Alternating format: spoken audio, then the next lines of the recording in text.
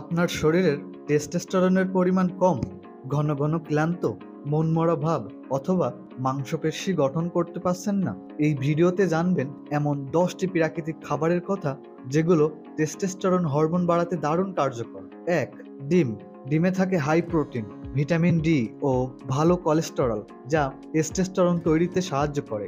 প্রতিদিন 1 থেকে 2টি সিদ্ধ ডিম খেতে পারেন। 2. Olive oil. প্রাকৃতিক ফ্যাট থাকায় এই তেলের ল্যাটিন টেস্টোস্টেরনের মাত্রা বাড়ায়। এই তেলটি সালাদে বা রান্নায় ব্যবহার করুন। 3. কাজু ও বাদাম, বিশেষ করে ব্রাজিল নাটস আর আখরোট। এতে থাকা জিঙ্ক যা হরমোনের জন্য অপরিহার্য। 4. রসুন।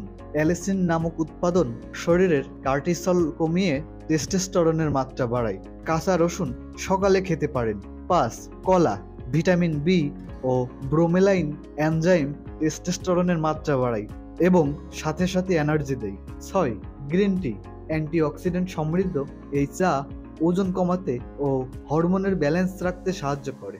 7. রেড মিট ও চিকেন। এই প্রোটিন রিচ খাবারগুলো জিঙ্ক ও আয়রন সমৃদ্ধ যা শরীরের টেস্টোস্টেরন প্রোডাকশনে সাহায্য করে। 8. দুধ। ভিটামিন ডি শরীরের টেস্টোস্টেরন তৈরি করতে সাহায্য করে। দুধে ক্যালসিয়াম থাকে।